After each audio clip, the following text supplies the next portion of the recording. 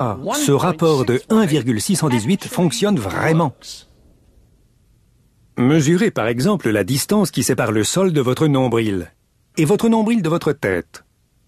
Si vous êtes bien proportionné, le rapport doit se situer entre 1 et 1,618 et il s'applique à toutes les parties du corps. Les gens, les artistes ont remarqué que sur un beau visage, par exemple, la largeur de la bouche correspondait exactement à 1,618 fois la largeur du nez. Si le visage n'était pas beau, ce rapport ne s'appliquait pas.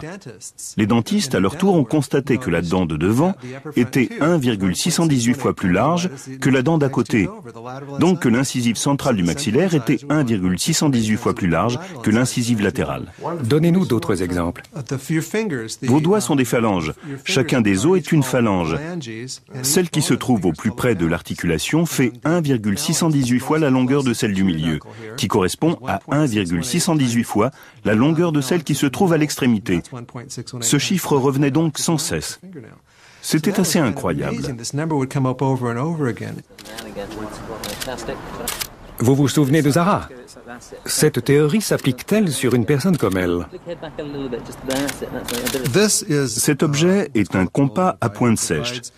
Il permet de diviser différentes mesures comprises entre 1 et 1,618 qui représentent le rapport universel. Dans le cas d'un beau visage, on remarque en général que la largeur de la bouche correspond à 1,618 fois la largeur du nez, ce qui est exactement le cas chez Zara. Fais-moi un sourire.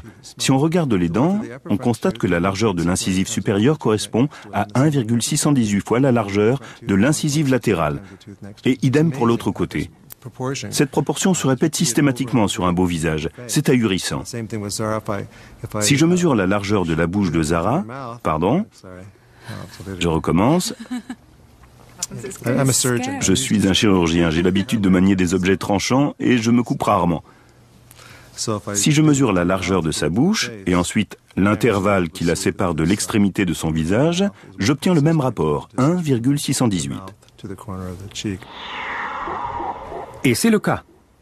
Ce rapport se répète systématiquement sur un beau visage, et Zara est un très bon exemple. C'est pour ça qu'elle est si jolie. Le visage de Zara correspond donc au rapport universel. Pas mal, non? Et ce rapport de 1 à 1,618 semble s'appliquer à tous les beaux visages.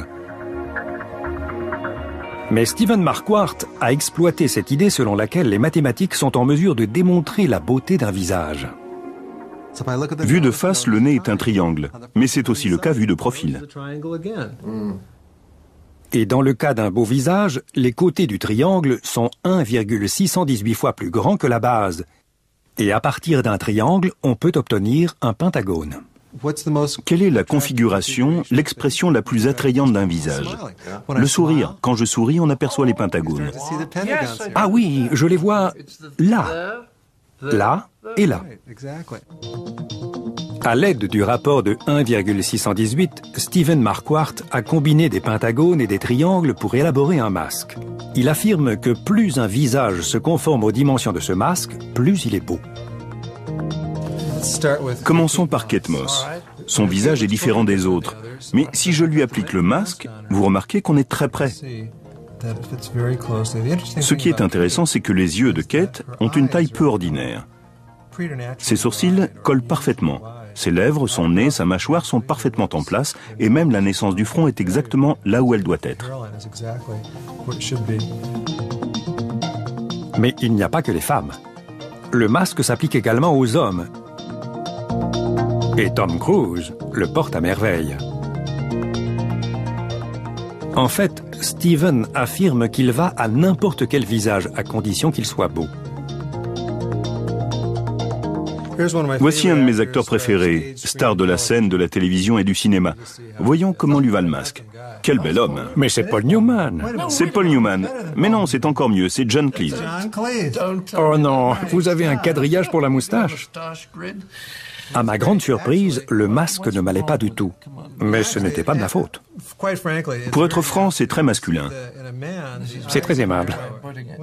Vous remarquerez que chez un homme, les yeux sont toujours plus petits. Les vôtres ne remplissent pas le quadrillage. Les lèvres sont généralement plus fines, et c'est le cas, et votre nez est moins large, comme sur le masque. Votre nez est d'ailleurs un peu plus court, c'est une bonne chose. Le docteur Marquardt a utilisé son masque comme patron pour la reconstruction de visages présentant des difformités.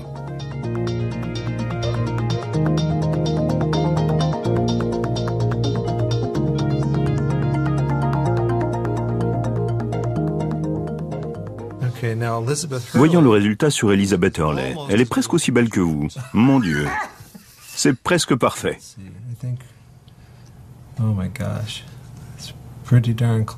Les sourcils sont dans la partie supérieure du masque. Ils forment ce bel arc, c'est magnifique.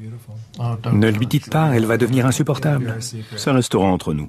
Les joues sont parfaites, le nez est parfaitement en place, la largeur des lèvres est superbe, la lèvre inférieure a une courbure magnifique, le menton et la mâchoire sont parfaits, ça colle admirablement entre nous.